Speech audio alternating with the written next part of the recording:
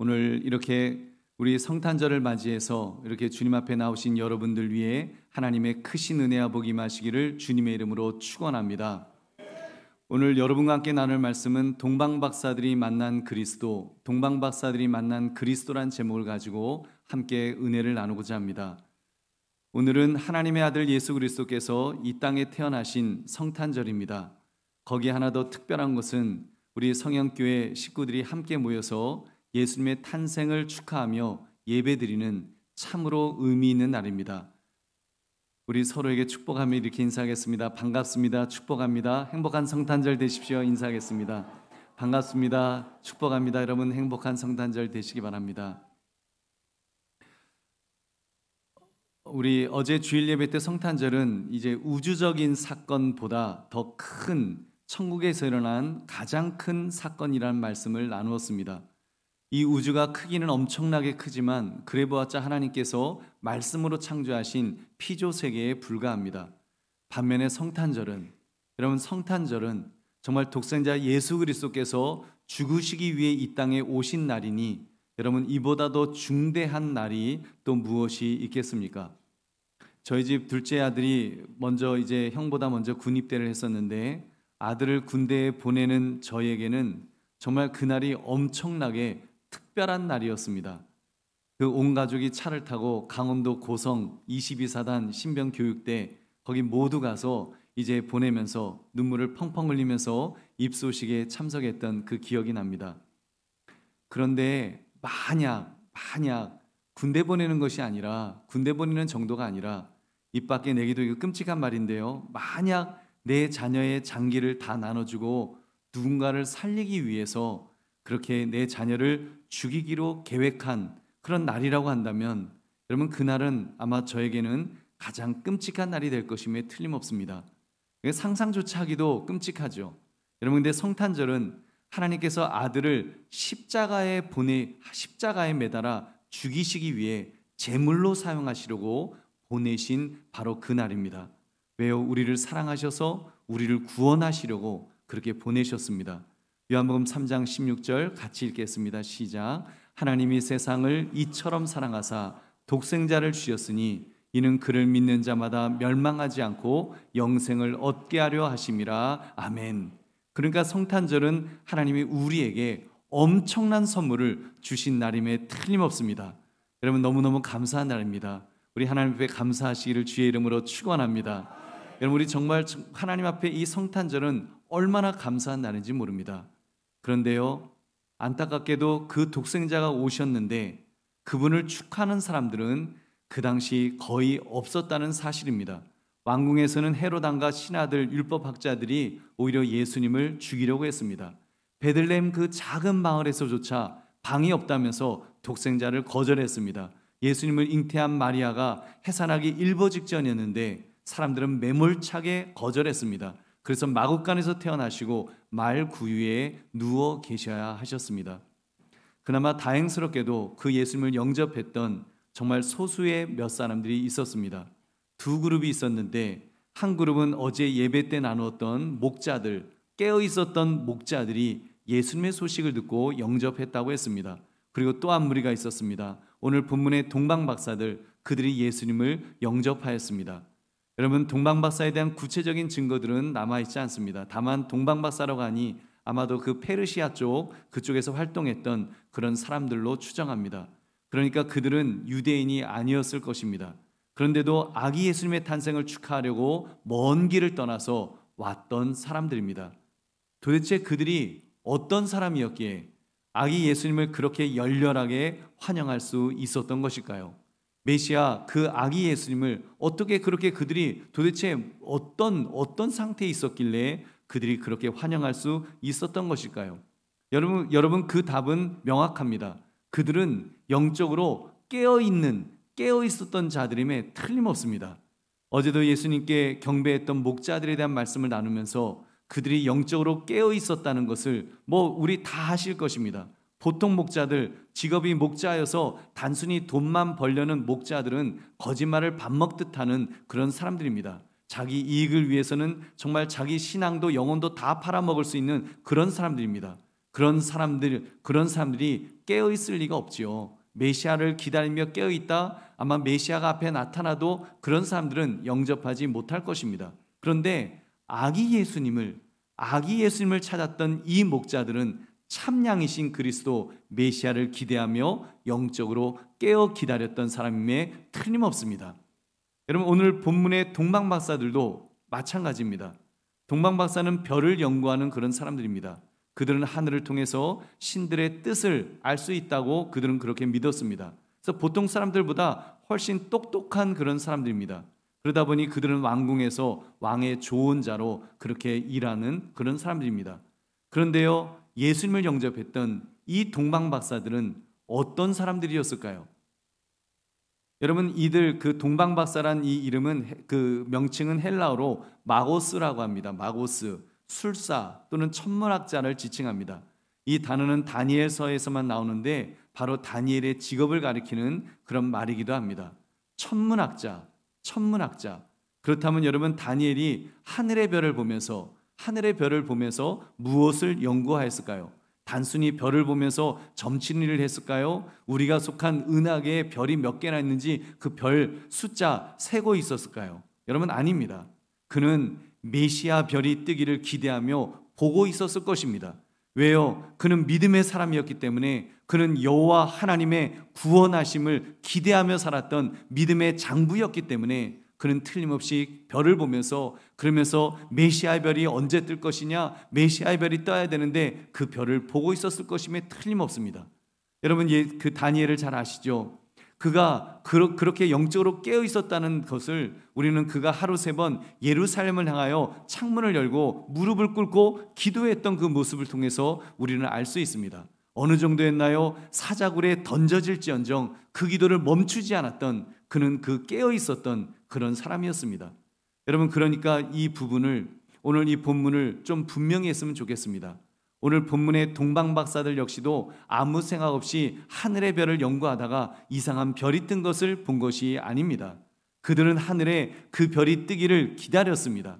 메시아가 탄생한다는 그 별이 뜨기를 간절히 기다렸던 것입니다. 어쩌면 모르겠습니다. 어쩌면 이들이 다니엘의 영향을 받았든지 아니면 다니엘의 후손이었든지 모르겠지만, 우리가 분명히 알 수 있는 것은 그들이 메시아의 별이 뜨기를 기다리면서 그것을 갈망하면서 있었다는 사실입니다. 어떻게 하냐고요? 그러니까 그 별이 뜨자마자 아기 예수님께 경배하려 그들은 나갔습니다. 2절의 말씀 함께 읽겠습니다. 시작. 유대인의 왕으로 나신 이가 어디 계시냐? 우리가 동방에서 그의 별을 보고 그에게 경배하러 왔노라 하니. 아멘. 이뿐인가요? 여러분, 그들은 무엇을 바쳤다고 했습니까? 우리 11절도 함께 읽겠습니다. 시작. 집에 들어가 아기와 그의 어머니 마리아가 함께 있는 것을 보고 엎드려 아기께 경배하고 보배압을 열어 황금과 유향과 몰약을 예물로 드리니라. 아멘. 아기께 경배하고 황금과 유향과 몰약을 예물로 드렸습니다. 여러분, 황금이 무슨 지나가다가 편의점에서 살 수 있는 그 아기 분유가 아니지 않습니까? 비타500이 아니지 않습니까? 유향과 몰약, 그 당시 엄청나게 귀한 그런 물건들이었습니다. 여러분, 준비하지 않았다면, 미리 준비해 놓지 않았다면 결코 가져갈 수 없었던 그런 선물들이라는 것입니다. 그들은 깨어 있었기 때문에 모든 것을 준비하였고 즉시 길을 떠나서 그것을 드릴 수 있었습니다. 우리 보배로운 성도님들, 동방박사들이 그리스도를 영접한 것처럼 지금 이 시간 예배의 자리에 나오신 여러분들, 여러분, 우리가, 저와 여러분이 동방박사가 되어서 주님을 경배하시기를 주의 이름으로 축원합니다. 여러분, 내가 동방박사가 되어서 주님을 경배합시다. 그러기 위해서는 우리도 동방박사들처럼 일을 할 때 정말 우리의 삶의 현장에서부터, 우리의 삶 속에서부터 깨어서, 영적으로 깨어서 일하는 자가 되어야 될 줄로 믿습니다. 여러분, 무슨 일인가 하면 직장에서 일할 때 일하는 목적을 분명히 해야 한다는 것입니다.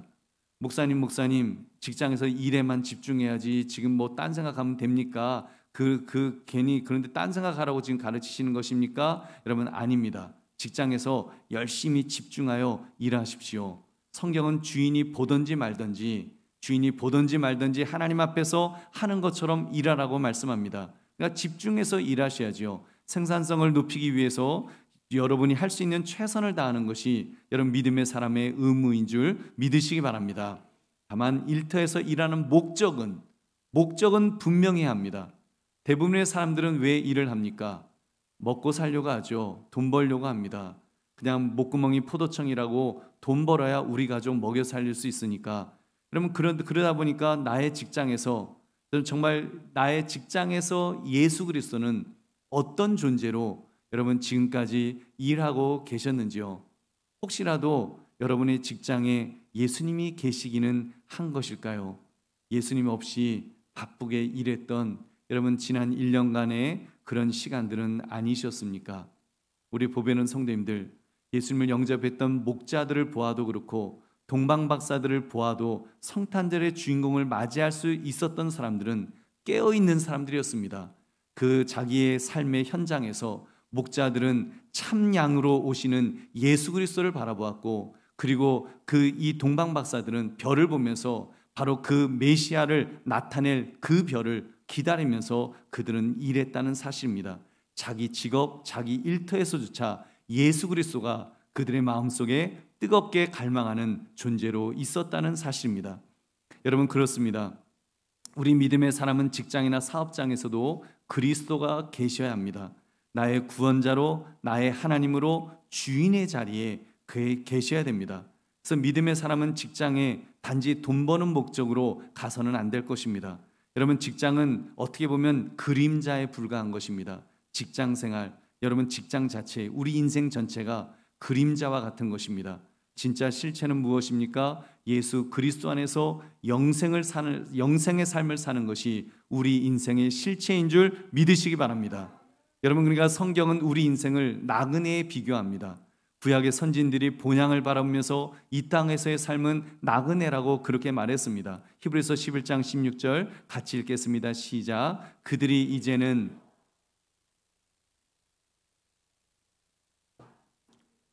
하나님이 그들의 하나님이라 일컬음 받으심을 부끄러워하지 아니하시고 그들을 위하여 한 성을 예비하셨느니라. 아멘. 선진들은 하나님께서 예비하신 한 성, 새 예루살렘을 바라보며 이 땅에서의 삶을 나그네의 삶이라고 그렇게 규정했던 것입니다. 그럼 무엇을 목적으로 살아야 되겠습니까? 실체를 바라보면서 살아가야 되겠죠. 그 실체는 바로 우리 주 예수 그리스도이신 줄로 믿습니다. 동방박사들이 메시아를 기다리며 메시아를 영접했던 것은 우리 주 예수 그리스도가 실체이시기 때문인 줄 믿으시기 바랍니다. 여러분 우리는 메시아이신 예수 그리스도를 바라보면서 그래서 살아가야 됩니다. 그가 우리의 실체이시니까요. 그러니까 여러분 직장이 실체가 아니라 진짜 실체는 예수 그리스도이십니다.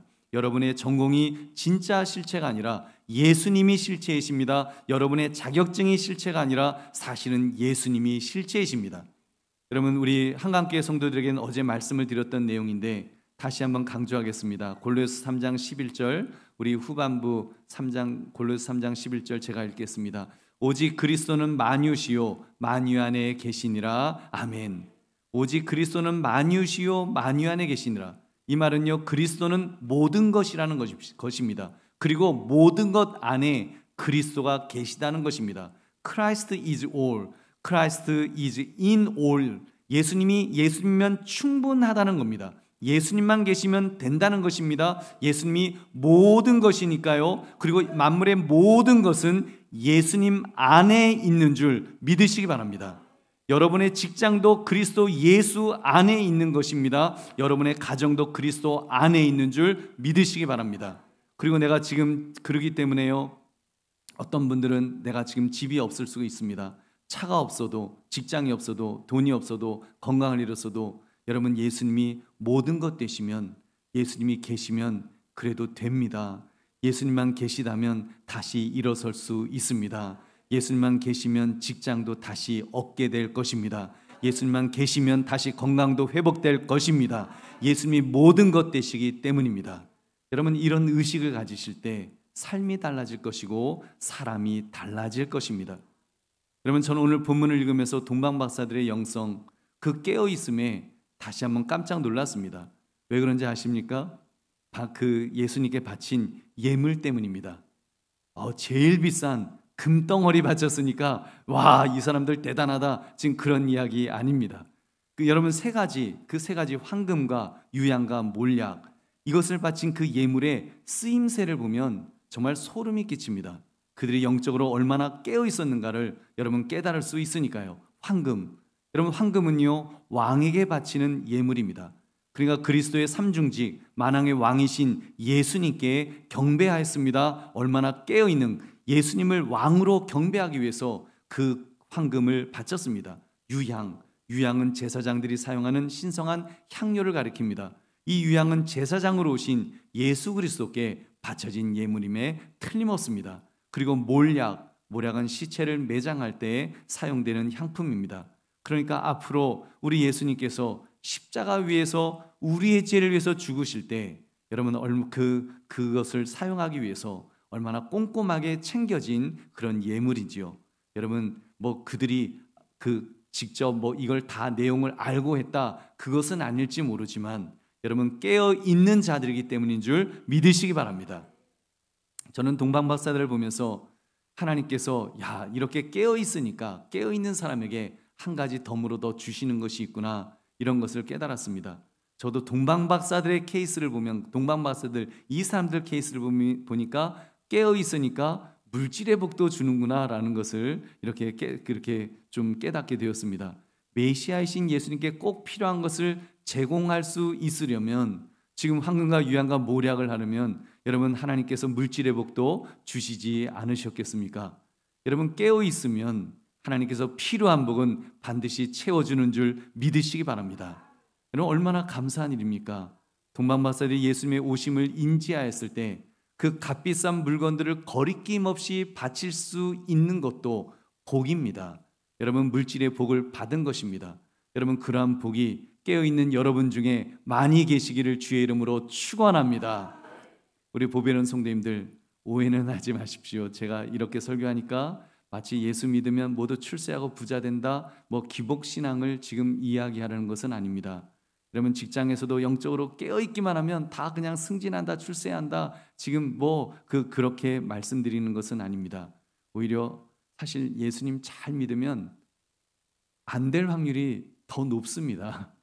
안 될 확률이. 예수님께서 말씀하셨어요. 마태복음 16장 24절 같이 읽겠습니다. 시작. 이에 예수께서 제자들에게 이르시되 누구든지 나를 따라오려거든 자기를 부인하고 자기 십자가를 지고 나를 따를 것이니라. 아멘.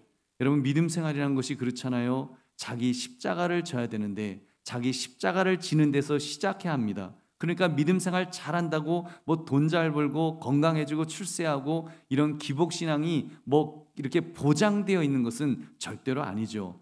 오히려 사도 바울 같은 사람, 여러분 그 사람을 가만 보니까 오히려 예수님 믿고서 사실은 세상적으로는 망한 사람입니다. 그전에는 바리새인 중에 바리새인이었습니다. 그는 공권력이 있었습니다. 사람을 죽일 수 있는 공권력. 스데반 집사님 복음 전할 때 여러분 돌로 쳐 죽이는데 앞장섰던 그런 사람입니다. 한마디로 나는 새도 떨어뜨리는 새도가 권세를 가졌던 그런 사람이죠. 근데 그가 예수님 만나고 어떻게 됐습니까? 이제 역전됐어요. 반대가 됐습니다. 매를 맞고 돌에 맞고 감옥에 갇히고 배가 파산하고 굶주리고 정말 가진 고생이란 고생은 다 하는 그런 사람이 되었습니다. 왜요? 그리스도를 만났기 때문에 그분의 그 복음을 전하는 전도자가 되었기 때문에 그는 엄청난 핍박을 받아야 되었습니다. 근데 그는 무엇이라고 말했습니까? 그런데 그는 이렇게 말합니다. Jesus is all and Jesus is in all. 예수님은 만유이십니다. 예수님이면 충분합니다. 예수님이면 나는 충분하다고. 그는 심지어 감옥에 갇혀갖고 그 고통, 그 고생하면서도 그는 말합니다. 나는 그리스도 때문에 기쁘고 또 기쁘다고. 자기는 기쁘다고, 너무 감사하다고, 너무 행복하다고. 여러분, 그는 예수 그리스도 때문에, 사도 바울은 예수 그리스도 때문에, 예수님이 모든 것이기 때문에, 모든 것 되시는 예수님이 내 안에 계시기 때문에 나는 행복합니다라고 고백하면서 그렇게 사는 줄 믿으시기 바랍니다. 여러분, 그럼 다시 이제 동방박사기로 다시 돌아가서 이제 별을 보는 직업을 가진 사람들을 여러분 다시 한번 생각해 봅시다. 별을 보는 직업의 사람, 아까 누구가 있다 그랬죠? 다니엘이 있었죠. 다니엘 하면 여러분, 우리는 보통 다니엘을 어떻게 부르죠? 다니엘 선지자, 그죠? 맞죠? 다니엘 선지자, 다니엘을 선지자라고 우리가 부릅니다. 그러니까 다니엘은 직업이 선지자였어요. 맞습니까? 아니죠. 다니엘 직업, 여러분, 다니엘이 뭐 선지자 하면서 뭐 누구한테 뭐 단 한 번 뭐 사례를 받은 적이 있었을까요? 없었을 것입니다. 그의 직업은 첫 번째 별을 연구하는 박사였고요. 두 번째는 바벨론에서 총리직을 수행했습니다. 그는 아마도 인류 역사상 최장수 총리였을 것입니다. 왕조를 3번이나 바꿔가면서 그는 총리를 계속해서 했습니다. 아마도 수십 년을 노년에 이르기까지 그의 직업은 총리였다는 말입니다. 여러분, 놀랍지 않습니까? 그러면 성경이 다니엘을 이야기할 때 여러분, 총리를 수십 년간 역임하신 분, 이렇게 불러야 되지 않겠냐는 것입니다. 그의 직업은 총리였는데 그러면 그의 총리 다니엘, 여러분, 이래야지 맞지 않겠습니까? 근데 하나님께서는, 하나님의 눈에는 세상 직업 자체는 보이지가 않으십니다. 세상 직업은 그거는 실체가 아니기 때문에, 그건 그림자이기 때문에 진짜 직업을 감당하기 위해서 주신 그냥 그 그림자 같은 것이기 때문에 하나님은 그 총리는 쳐다도 안 보십니다. 하나님은 그 세상 직업을 통해서 그가 수행했던 영적 사명, 선지자의 사명만을 보신 줄로 믿습니다. 그리고 인정해 주시는 것입니다. 깨어 있다 보니까 선지자가 그의 직업이 되어 버렸습니다. 할렐루야. 그 하나님 앞에서 다니엘은 선지자가 그의 직업이 된 것입니다. 원래 직업은 총리였는데 말입니다. 되게 부럽더라고요. 야, 그 다니엘은 총리로 평생을 그렇게 정말 그 세도를 누리면서 살고 하나님 앞에서는 너는 선지자다 인정받으니, 야, 이 사람 정말 수지 맞았다, 그런 생각이 제가 들었습니다. 우리 보배로운 성도님들, 오늘 말씀을 통해 이것을 결단합시다. 주님, 나도 동방박사들처럼 깨어 있기를 원합니다. 아니, 내가 동방박사 같은 사람이 되기를 원합니다. 결단하시기를 주의 이름으로 축원합니다. 깨어서 그렇게 메시아를 기다리겠습니다. 그리고 메시아를 발견했을 때 지체하지 않고 주님께 달려왔던 이 동방박사들처럼 그렇게 주님께 헌신하겠노라고, 내게 있는 모든 것을 아낌없이 바치면서 황과 유향과 몰약을 바쳤던 것처럼 정말 주님 앞에 나를 바치겠다고 고백하는 저와 여러분 되시기를 주의 이름으로 축원합니다. 여러분, 얼마나 좋습니까? 우리 주님은 여러분 초림의 주님도 아니시고 우리는 예수 그리스도를 우리는 소유한 사람들입니다. 그러면서 그 예수 그리스도가 재림의 주님으로 오시기를 우리는 기다리는 사람들이기 때문에 우리도 깨어 있어야 될 줄로 믿습니다. 여러분, 내가 나의 삶 속에서 주님을 위해서 바칠 수 있는 최선의 것들을 분별할 수 있기를 원합니다. 그래서 지혜를 구하시기 바랍니다. 나의 직장 속에서 내가 정말 하나님 앞에 그 실체가 되는 그 직업을 위해서 어떻게 살아갈 것인가를 주님 앞에 지혜를 구하십시오. 하나님은 지혜를 주실 줄로 믿습니다. 여러분께서 세상 직업이 나의 직업이 아니라 그리스도가 나의 직업이 되게 해달라고 기도하시기 바랍니다. 예수님이 나의 직업이 되게 하옵소서. 내가 매일 예수님을 일하고 예수님을 먹고 예수님을 마시고 예수님을 경작하고 예수님을 열매로 얻게 해달라고 우리 기도해야 합니다. 나의 직장 생활이 예수님을 열매로 얻는 생활이 되게 해달라 기도하시면 하나님은 그렇게 만들어 주실 줄로 믿습니다. 여러분, 그러면 됩니다. 예수님이면 다 됩니다. 예수님이 모든 것이기 때문에 예수님만 계시면 충만한 줄로 믿습니다. 여러분, 그래서 하나님께서 마지막에 나를 평가하실 때, 마지막에 여러분을 평가하실 때 아무개 직업은 땡땡땡이었다, 이런 평가가 아니라 아무개는 평생 집사로 잘 살았다, 권사로 잘 살았다, 장로로 잘 살았다, 목사로 잘 살았다, 여러분, 이런 인정받으시기를 주의 이름으로 축원합니다. 여러분 예를 들면 장로님들은 장로가 여러분의 직업이 되시기를 주의 이름으로 축원합니다. 권사님들은 권사가 여러분의 직업이 되시기를 주의 이름으로 축원합니다. 집사님들은 집사가 여러분의 직업이 되시기를 주의 이름으로 축원합니다. 하나님께서 여러분을 보실 때 그것이 직업으로, 여러분의 사명이 직업으로 인정하실 수 있는 여러분 그런 인생 사시기를 주님의 이름으로 축원합니다. 여러분, 얼마나 좋습니까? 그러면 하나님께서 다른 모든 것들은 책임져 주실 것입니다. 다니엘을 책임져 주셨던 것처럼, 그리고 이 동방박사들을 책임져 주시고, 그리고 목자들을 붙들어 주셨던 것처럼 하나님은 우리를 붙들어 주실 것입니다. 제자들을 붙들어 주시고 사도 바울을 붙들어 주셨던 것처럼 우리를 붙들어 주셔서 여러분, 우리가 하나님의 사람으로, 적어도 메시아를 기다리며 재림의 주님을 기다리는 사람으로 우리가 살아갈 수 있도록 책임져 주시고 힘 주시고 능력 주실 줄로 믿습니다. 그 은혜가 충만하시기를 주의 이름으로 축원합니다. 이제 말씀을 맺습니다. 동방박사들이 만난 그리스도, 그들의 전 인생에 그렇게 갈망했고 또 그렇게 소망했고 그렇게 기도했던 그 그리스도를 만난 것처럼 여러분, 우리도 그런 인생이 되기를 바랍니다. 우리 보배로운 성도님들 얼마나 좋습니까? 동방박사들은 오실 메시아를 기대하며 평생을 기다렸는데, 여러분, 우리는 이미 예수님이 오셨습니다. 실체로 오셨습니다. 나를 구원해 주셨습니다. 나를 의롭다 여겨 주셨습니다. 나를 하나님의 자녀로 삼아 주셨습니다. 아바, 아버지라고 오늘 아침에도 우리는 주님 앞에 고백할 수 있었습니다. 그렇게 자녀로 신분을 바꾸어 주셨습니다. 얼마나 놀라운 복을 우리에게 주셨는지요. 그 주님을 바라봅시다. 그리고 이제는 그 주님을 의지합시다. 교회에서만 주님을 바라보는 것이 아니라 교회 밖에서도, 직장에서, 사업장에서, 가정에서도 여러분 그 주님을 바라보시기를 주의 이름으로 축원합니다. 그래서 땡땡땡이 나의 직업이 아니라 집사가, 권사가, 장로가 나의 직업이 되도록 주님께서 나를 그렇게 기억하실 수 있도록 그렇게 깨어 있으시기를 바랍니다. 영적으로 깨어 있읍시다. 목자들처럼 깨어납시다. 동방박사들처럼 깨어서 여러분, 우리 초림의 주님을 기다렸던 것처럼 우리는 재림의 주님을 기다리시는 저와 여러분이 되시기를 바랍니다.